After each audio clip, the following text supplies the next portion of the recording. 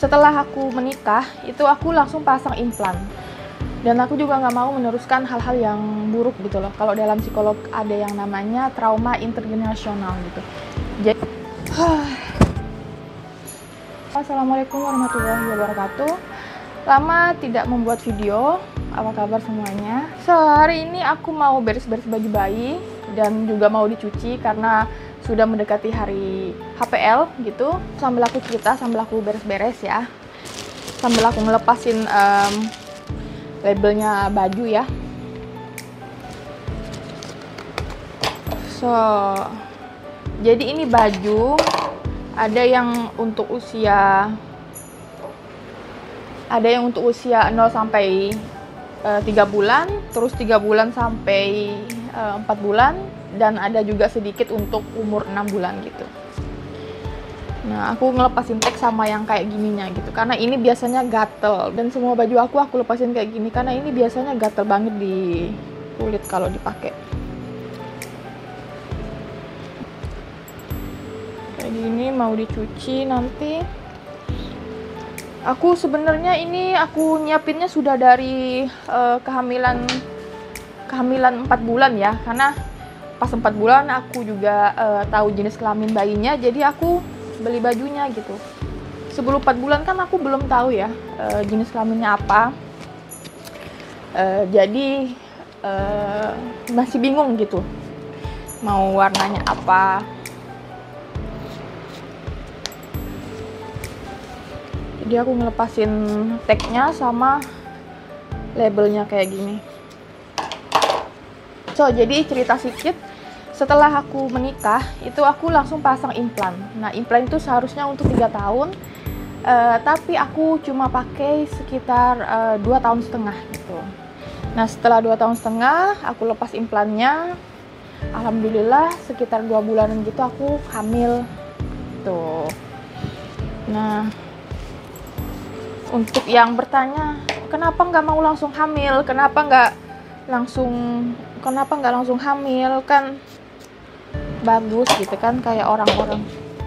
Karena setiap orang kan punya keputusannya masing-masing ya. Dan aku ngerasa aku ini butuh waktu untuk melakukan banyak hal gitu loh. Nah, kalau aku sendiri nunda ada beberapa alasan gitu. Yang pertama, jadi sebelum nikah bagi aku ini harus bisa mengoreksi, mengevaluasi pengasuhan di masa lalu itu seperti apa dari generasi sebelumnya. Jadi yang baik aku akan teruskan, nggak baik stop di diri aku aja gitu. Jadi lebih ke mengoreksi mana yang baik, mana yang nggak baik, menetralisir semua hal-hal yang negatif yang terjadi di masa lalu juga gitu kan. Lebih ke mempersiapkan secara mental ya, kayak gitu. Nah, karena bagi aku itu penting banget sebelum punya anak. Jadi lebih banyak membaca secara psikologi gitu kan, secara parenting gitu. Jadi 2 tahun setengah itu aku habisin buat memberikan edukasi kepada diriku sendiri, kepada pikiranku. Dan aku juga nggak mau meneruskan hal-hal yang buruk gitu loh. Kalau dalam psikolog ada yang namanya trauma intergenerasional gitu. Jadi si orang tua ini tidak mengerti, tidak tahu, dan tidak menyadari bahwa dia itu meneruskan trauma-trauma dia di masa lalu kepada generasi sesudahnya atau anaknya sendiri kayak gitu. Bagaimana seharusnya hal yang baik dilakukan untuk kehidupan aku dan anakku nanti gitu. Hal yang kedua adalah kita fokus untuk beradaptasi satu sama lain, lebih mendalami karakter satu sama lain, menemukan solusi dari setiap permasalahan. Gimana aku harus beradaptasi dengan karakter dia, dan gimana dia harus beradaptasi dengan karakter aku.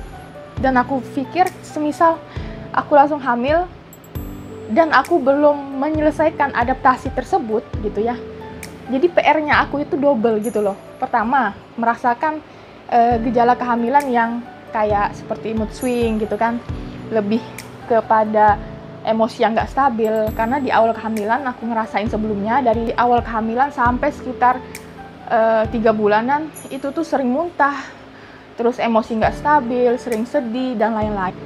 Oke, yang ketiga, jadi aku dan suami pingin kita punya quality time yang kita nggak dapet sebelum pernikahan gitu, karena kita kan LDR gitu kan. Nah, setelah menikah, aku dan suami pingin tuh punya quality time, seperti kayak kita jalan-jalan, kita ke traveling kayak gitu ya.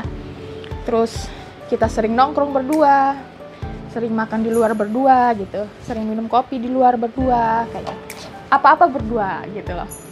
Nah, itu beberapa hal kenapa aku nunda punya anak setelah aku menikah gitu. Nah, sekali lagi pasti tiap orang itu punya keputusan yang berbeda-beda. Apa yang dia terapkan di dalam kehidupan setelah pernikahannya. Ini bajunya ternyata banyak banget ya labelnya gini. Aku lepasin. Ini juga belum semuanya aku beli, dan ini perlengkapannya belum semuanya aku beli. Kayaknya aku perlu ke IKEA juga buat beli bantal untuk menyusui, dan juga hal-hal yang aku perlu. Jadi ada beberapa barang bayi yang nggak aku beli. Yang pertama minyak telon, karena memang sudah nggak direkomendasikan lagi. Yang kedua itu bedak tabur gitu.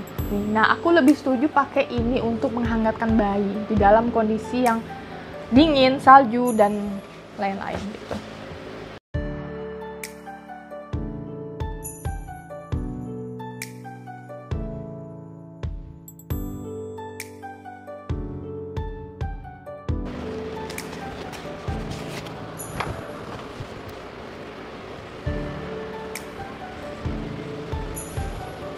Gambar kerbau, ini juga handuknya lembut banget, gambar kerbau biru.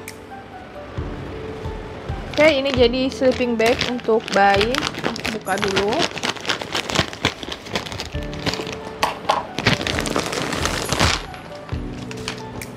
Sini aja biar nggak riuh. Oh, nice, tebel ya.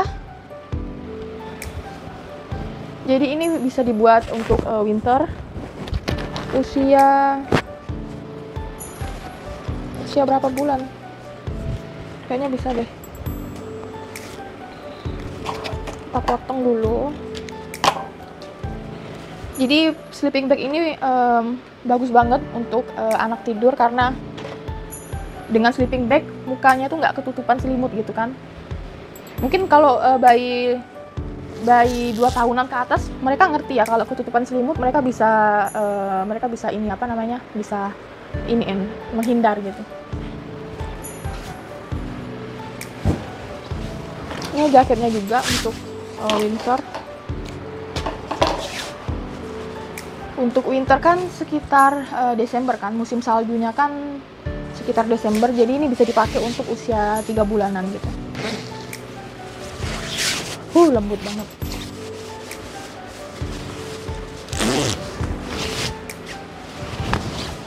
Ke sini. Ini ada kain katun. Ini ada kain katun, aku beli 1 paket, isinya 10. Satu gini isinya 10 dan motifnya sama semua. Ukurannya kayaknya 60-60 deh.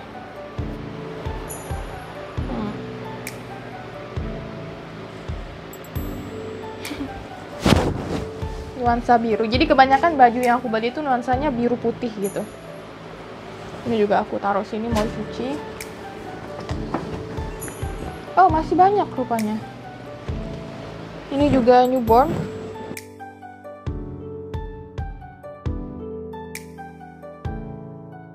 Cuci.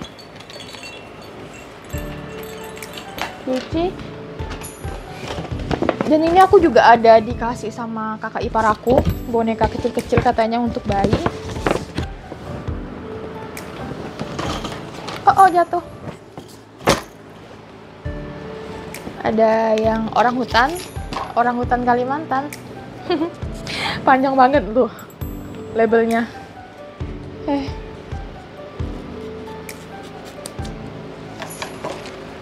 Dicuci juga. Ini mau dicuci juga. Udah kayak lembaran kertas, tau nggak?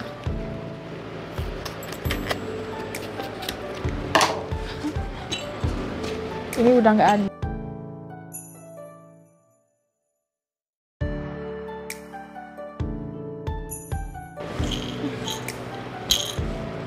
Kamu dengar nggak? Tuh, dengar nggak?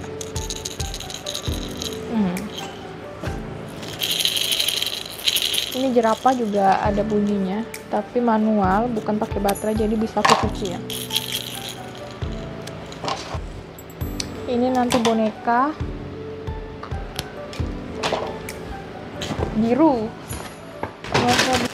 Ini ada bantal. Konon katanya bantal ini bisa mencegah kepala bayi itu jadi peyang. Peyang itu kayak lebih ukurannya, bentuknya itu tidak bulat gitu loh. Nanti kita coba.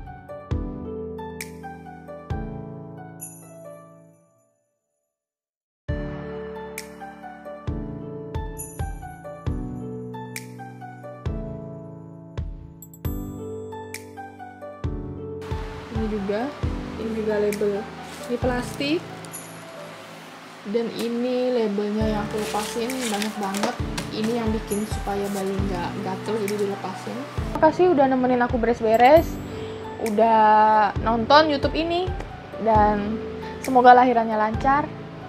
See you later. Bye bye. Assalamualaikum. So. That's for my baby. Can you show there's orangutan? This orangutan. Oh my god, it's too much stuff, yeah? Yes. This can put inside? Yes. So far? Yeah. There is no battery or some electric inside. It's cute. I think it cannot fix everything. Yeah, it's okay. Maybe a half.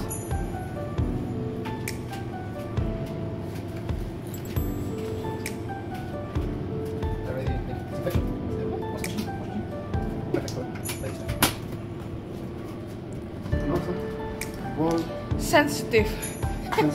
Kids. Yeah. Do it.